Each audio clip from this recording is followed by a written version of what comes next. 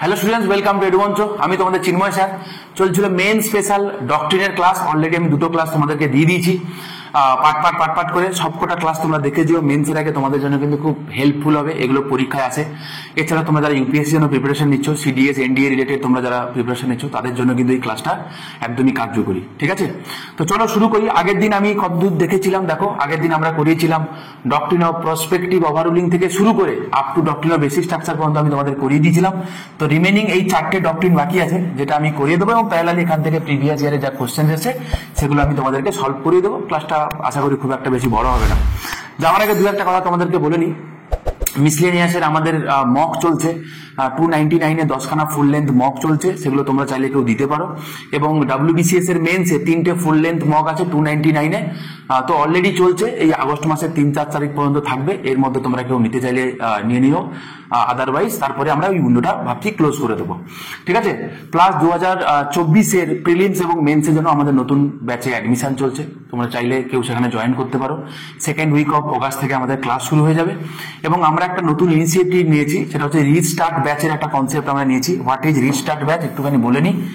এখানে আমরা তোমরা যারা অনেকে হয়তো আছো যে যারা WBCS এর মেন্স একাধিকবার দিয়েছো বা অন্তত একবার দিয়েছো, কিন্তু তারপরে তোমাদের সিলেকশন হয়নি, শুধুমাত্র তাদেরকে নিয়ে আমি তোমাদেরকে যে কন্টেন্ট পড়াচ্ছি, এর থেকে আরো অনেক ভালো কন্টেন্ট তোমাদেরকে আমি স্বাভাবিক ইউটিউবে সমস্ত কিছু পড়ানো যায় না। কারণ একটা ক্লাস নর্মাল আমরা যা নিয়ে থাকি, কোনো ক্লাস 2 ঘন্টা, 2.5 ঘন্টা, 3-3.5-4 ঘন্টা পর্যন্ত হয়ে থাকে সময় সাপেক্ষে। ঠিক আছে, তো সেইগুলো ইউটিউবে স্বাভাবিক তোমাদের ধৈর্য নেই। ভালো কন্টেন্ট দিলেও যে তোমরা দেখবে এমনটাও নয়, কোনোটাই হয় না। তোমরা যারা একদম সিরিয়াস অ্যাসপিরেন্ট, আমি শুধুমাত্র তাদেরকে বলছি। ঠিক আছে, যারা পড়া খেলা খেলতে চাও তাদের জন্য এডুমন্ত্র নয়, হ্যাঁ, আসার দরকারও নেই। ঠিক আছে, তোমরা যারা সিরিয়াস অ্যাসপিরেন্ট যারা আছো, যারা জেনুইনলি পড়াশোনা করতে চাইছো, বারবার মেন্স দিয়েও সিলেকশনটা আটকে যাচ্ছে, শুধুমাত্র তাদেরকে বলছি তোমরা চলে আসো এখানে। তোমাদেরকে একদম ইউপিএসসি প্যাটার্নে, ঠিক আছে, একদম ইউপিএসসি প্যাটার্নে তোমাদেরকে একদম প্রথম থেকে আমরা তৈরি করব। সেখানে বেসিক ফাউন্ডেশন তোমার আছে ধরে নিয়ে আমরা করব সেপারেট। এই কারণে আমরা নাম রেখেছি রিস্টার্ট ব্যাচ। এখানে আলাদা আলাদা কি থাকছে না থাকছে অলরেডি আমরা একটা অ্যাড তোমাদেরকে ফান্ডা গ্রুপে দিয়েছি। তোমরা ফান্ডা গ্রুপে জয়েন করো। সেখানে রেগুলারলি কিন্তু আমাদের এরকম আমাদের কন্টেন্ট যায়, যেগুলো তোমাদের পরীক্ষার জন্য খুবই ইম্পর্টেন্ট। কেউ না থাকলে ডেসক্রিপশন বক্সে ফান্ডা গ্রুপের লিঙ্ক দেওয়া আছে, তোমরা চাইলে সেখান থেকে জয়েন হতে পারো। ঠিক আছে, আমি বলবো তোমরা যারা সিরিয়াস এক্সপিরিয়েন্স যারা আছো তারা অবশ্যই জয়েন হয়ে যাও আমাদের এখানে। আমরা বেকার তোমাদের সময় নষ্ট করি না, আমরা সময় নষ্ট করবো না কারো, বোঝা গেল। আমরা চেষ্টা করি তোমাদের যতটুকু কাজে লাগবে একদম সবসময়ের জন্য সেটুকু করতে।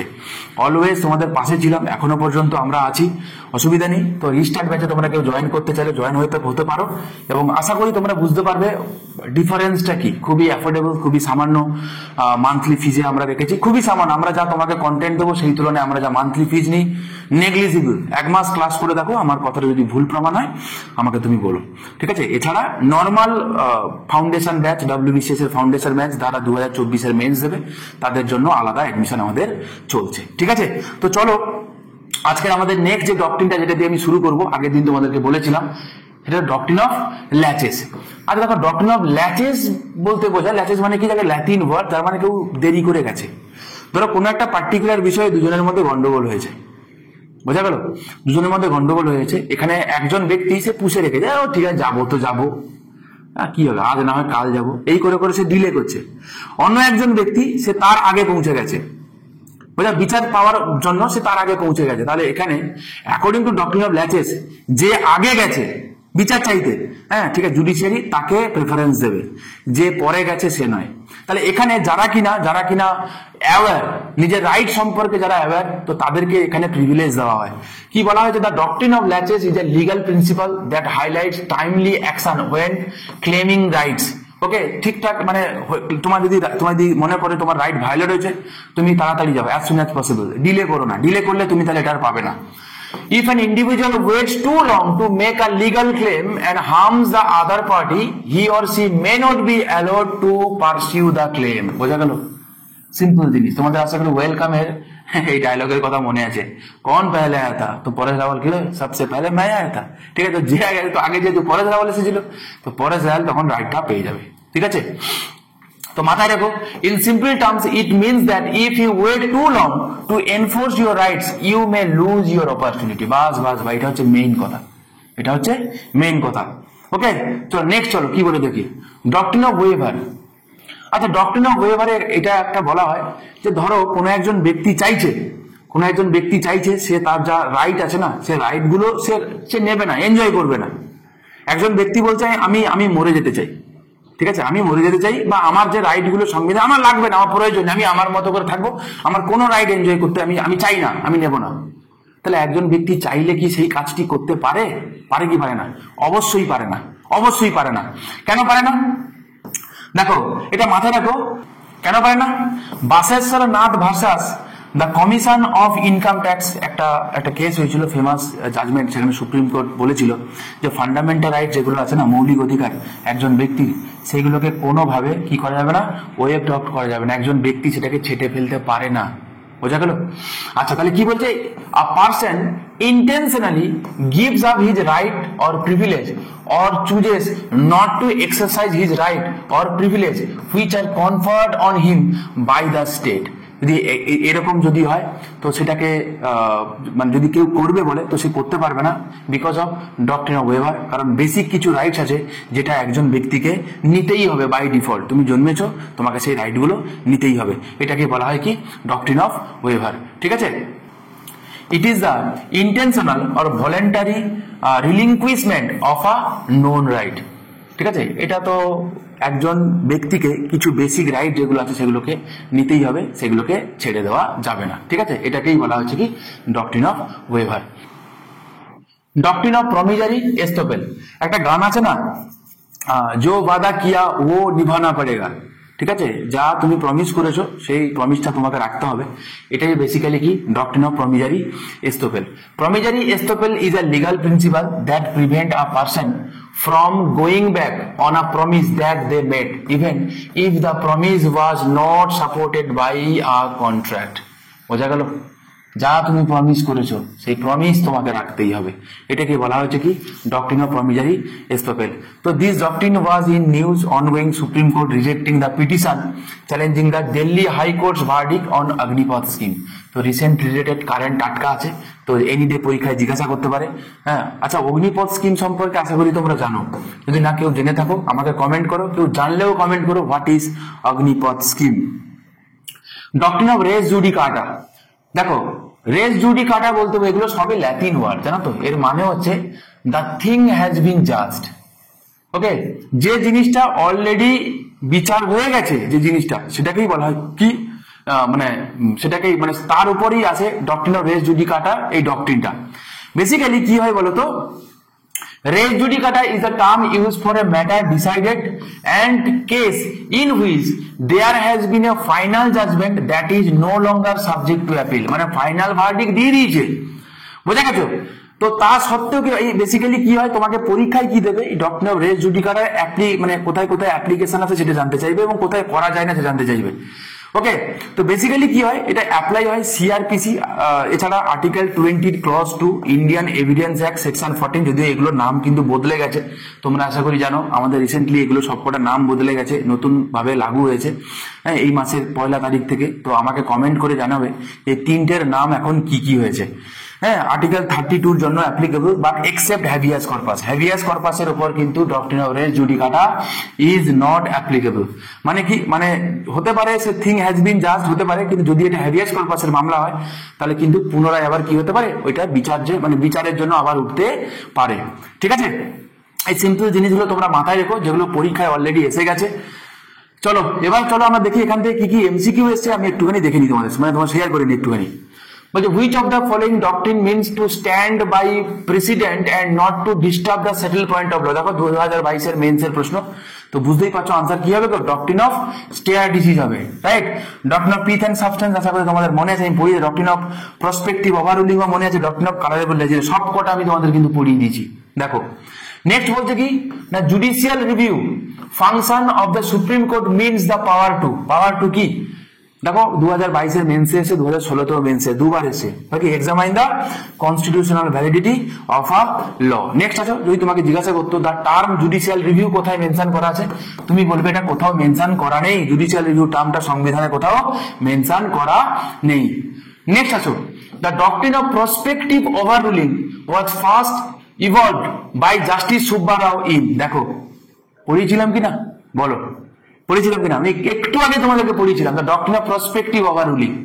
তাহলে কোথায় নেওয়া হয়েছিল? এটা গোলকনাথ কেসে নেওয়া হয়েছিল প্রথম 1967-এ, 1967-এ, ঠিক আছে। চলো নেক্সট কি দেখি, doctrine of pleasure was introduce in, তো কত নম্বর আর্টিকেলে আছে? আর্টিকেল 310-এ আছে। তাহলে এটা 155 ও হতে পারতো, 155 ও হতে পারতো। মানে কালকে যদি মানলো, যদি এরকম একটা কোশ্চেন দেয় যে আর্টিকেল 310 দিল, হ্যাঁ, এছাড়া এখানে একটা আর্টিকেল না দিয়ে আর্টিকেল 155 দিল, হ্যাঁ, অপশানে দিল বোথ আর অপশন ডিতে নান, তো কি হতো? বোথ হতো, ঠিক আছে। কালকে মানলো এরকম একটা কোশ্চেন দিতে পারতো, আর্টিকেল 310 দিলই না, তার জায়গায় দিল আর্টিকেল 155, তাহলে আর্টিকেল 155 কি হবে? আনসার হয়ে যাবে, ঠিক আছে। এবং সব থেকে বড় কথা কি জানো, যে 155-কে যদি আমি 2 দিয়ে গুণ করি কত পাবো বলো তো? 310 পাবো, মাথায় রেখো। চলো next, what can not be done directly can not be done indirectly, কি হবে গো? ডক্ট্রিন অফ কালারেবল লেজিসলেশন, ঠিক। Next, Article 13 of the Indian Constitution uses the word to extent of such inconsistency be void, ঠিক আছে। তো বলো এই চারটের মধ্যে কোনটা হবে? দেখো ডক্ট্রিন অফ ল্যাপস বলে কিছু হয়, ডক্ট্রিন অফ ল্যাচেস ছিল, রাইট? হবে না? এই ডক্ট্রিন অফ ল্যাপস যদি দেখি তাহলে ইতিহাসের গল্প, এর সঙ্গে পলিটির কোনো সংবিধান মানে কোনো এ নেই। ডক্ট্রিন অফ এক্লিপস মানে লুকিয়ে দেওয়া ছিল, মনে আছে? কিন্তু এখানে কি বলেছে? এখানে কি বলেছে? To the extent of such inconsistency be void, যেটা গন্ডগোল হবে সেটাকেই গন্ডগোল মানে উড়িয়ে দেবো, কি হবে তাহলে? ডক্ট্রিন অফ সেভারেবিলিটি হবে আনসার, ঠিক। ডক্ট্রিন অফ ওয়েভার কি আমি তোমাদের এখনই পড়ালাম, ডক্ট্রিন অফ এক্লিপস কি আমি তোমাদেরকে পড়িয়ে দিয়েছিলাম। আচ্ছা, আজকের মতো লাস্ট প্রশ্ন, ইউপিএসসি 2020 সালের প্রিলিমিনারিতে আসা প্রশ্ন এটা। কনসিডার দ্য ফলোইং স্টেটমেন্ট, বলছে the constitution of India define it's basic structure in terms of federalism, secularism, fundamental rights and democracy. আচ্ছা, কি বলেছে? তোমাদের পড়ে মনে হবে ঠিক বলেছে। আমি তোমাদেরকে এই জন্য বলি যে কোশ্চেন গুলো আছে না বাবা, কোশ্চেন গুলো ঠান্ডা মাথায় পড়বে, একটু বুদ্ধি দিয়ে পড়বে, তড়বড় করবে না, গন্ডগোল হয়ে যাবে, ঠিক আছে। তোমাকে এটা জানতে চাইনি যে ফেডারেলিজম, সেকুলারিজম, ফান্ডামেন্টাল রাইট এগুলো বেসিক স্ট্রাকচারের পার্ট, তারা বলছে কি the constitution of India defines, এখানেই পিকচার গন্ডগোলটা এখানে করেছে। আমাকে বলো তো বাবা, এই বেসিক স্ট্রাকচারের কথা সংবিধানে কোথাও ডিফাইন করা আছে? Yes or no? Yes or no? আমি কি তোমাদের পড়ানোর সময় বলেছি একবারও যে সংবিধানে কোথাও ডিফাইন করা, নাকি সুপ্রিম কোর্ট তার ভার্ডিক্ট দিতে গিয়ে বলেছে? বলো কোনটা ঠিক? ইয়েস, পরেরটা ঠিক, ঠিক কি না? তাহলে কনস্টিটিউশনে কোথাও এই কথাটা ডিফাইন করা নেই, ডিফাইন তো বাবা করা নেই, তো প্রথম স্টেটমেন্টটা ভুল। আচ্ছা, এরকম তোমাকে আর কি কি টোপ দিতে পারে যেখান থেকে তোমার গন্ডগোল হতে পারে বলো তো? তোমাকে বলবে যে আর্টিকেল, ধরে নাও আর্টিকেল দিল যে untouchability, the term untouchability define under article 17, ভালো করে মন দিয়ে শোনো, the term untouchability define under article 17, বলো আনটাচেবিলিটি কি আর্টিকেল 17-তে ডিফাইন করা আছে? ডিফাইন মানে বোঝো, তার সম্পর্কে ডেফিনেশন দেওয়া, ডেফিনেশনের কথা বলা নেই তো, বলা আছে অ্যাবলিশন অফ আনটাচেবিলিটির কথা। আনটাচেবিলিটি কাকে বলে সেটা সুপ্রিম কোর্ট বলেছে। আনটাচেবিলিটি বলতে আমরা বুঝবো যে হিস্টোরিক্যাল, তার যে ইম্পর্টেন্স আছে, যে ফ্যাক্ট আছে সেই ওয়াইজ বলবো, কিন্তু আনটাচেবিলিটি টার্মটা কোথাও ডিফাইন করা আছে কি? না বাবা, আর্টিকেল 17-তে আনটাচেবিলিটির দ্য টার্ম আনটাচেবিলিটি কিন্তু ডিফাইন করা নেই, করা নেই, করা নেই, করা নেই, এতবার বললাম। এরপরে ভুল করে এলে ইটস ইউর রেসপন্সিবিলিটি। আমার কর্তব্য তোমাকে জানিয়ে দেওয়া, আমি তোমাকে জানিয়ে দিলাম, ঠিক আছে। বাকি তোমরা যদি কেউ ধ্যান দিয়ে যদি ক্লাস না করো, আমি কি করি বলো তো? নেক্সট কি বলছে? The constitution of India provides for judicial review to safeguard the citizens liberties and to preserve the ideals on which the constitution is based. Once again এটাও পড়লে মনে হবে ঠিক আছে, এটাও পড়লে মনে হবে ঠিক আছে, কিন্তু একটা কথা বলো তো, the constitution of India provides for judicial review, সংবিধানে কোথাও কি জুডিশিয়াল রিভিউর কথা বলা আছে? সংবিধানে কোথাও কি জুডিশিয়াল রিভিউর কথা বলা আছে? Yes or no? The term judicial review কতবার বলেছি, nowhere mentioned in the constitution, nowhere mentioned in the constitution, nowhere mentioned in the constitution, ঠিক আছে। বাকিগুলো কথা, এই পরের কথাগুলো ঠিক লেখা থাকলে, ওই ছোট্ট ইউপিএসসির প্রশ্ন তো এই জন্যই এগুলো ইউনিক হয়। এটা কিন্তু ভুল আছে বাবা, কোনোটাই ঠিক নেই, ঠিক আছে। এক্সপ্লেনেশন দেওয়া রইলো, তোমরা দেখে নিও যে কথাগুলো বললাম এই কথাগুলোই লেখা আছে, ঠিক আছে। তো এই ছিল মোটামুটি এন্টায়ার তোমার কেস সরি কেসটা তো আমি নেক্সট দিন বলবো। এন্টায়ার পুরো ডক্ট্রিন রিলেটেড আমার লেকচার আমি চেষ্টা করলাম যতটা সম্ভব তোমাদের সাথে একটু হেল্প করার। আশা করি তোমাদের হেল্প হবে, আশা করি না, আমি দেখো পরীক্ষায় কোশ্চেন দিয়ে আসে, এখান থেকে তুমি কোশ্চেন কমন পেয়ে যাবে। ঠিক আছে, তো নেক্সট দিন আমার ইচ্ছা আছে যে কেসের উপরে বেশ কিছু ভিডিও যদি হয় তোমাদের জন্য দেওয়ার। যদি তোমাদের প্রয়োজন লাগছে বা তোমাদের যদি মনে হচ্ছে না স্যার আমাদের জন্য পরিশ্রম করছে, তাহলে তোমরা চাইলে যেটা করতে পারো বন্ধুদের মধ্যে শেয়ার করতে পারো। কেমন লাগছে আমাদের এই কন্টেন্ট তোমরা অবশ্যই কমেন্ট করে জানিও। যদি তোমাদের ভালো লেগে থাকে তোমরা বন্ধুদের মধ্যে শেয়ার করো, কারণ নলেজ শেয়ার করলেই বাড়ে, জানো তো, এটা অনেক পুরনো প্রবাদ, তোমরা প্রত্যেকেই জানো। আর তোমাদের যদি মনে হয় যে আমরা সত্যি তোমাদের জন্য মেহনত করছি, এইটুকু আশা করি করাই যায়। নিচে তোমরা তোমাদের মতামত জানিয়ে কমেন্ট করো। তোমাদের যদি কোনো কিছু প্রবলেম থাকে বা প্রয়োজন লাগে সেটাও আমাদেরকে কমেন্ট করে জানিও। ওকে, আর তোমরা কেউ চাইলে যদি কেউ মনে করো আমাদের পেড ব্যাচে পড়বে খুবই অ্যাফোর্ডেবল রেটে, তোমরা চাইলে আমাদের সঙ্গে যোগাযোগ করতে পারো। নিচে ডেসক্রিপশনে বক্সে তার লিঙ্ক দেওয়া আছে। ঠিক আছে, ভালো থেকো, দেখা হচ্ছে নেক্সট ভিডিওতে।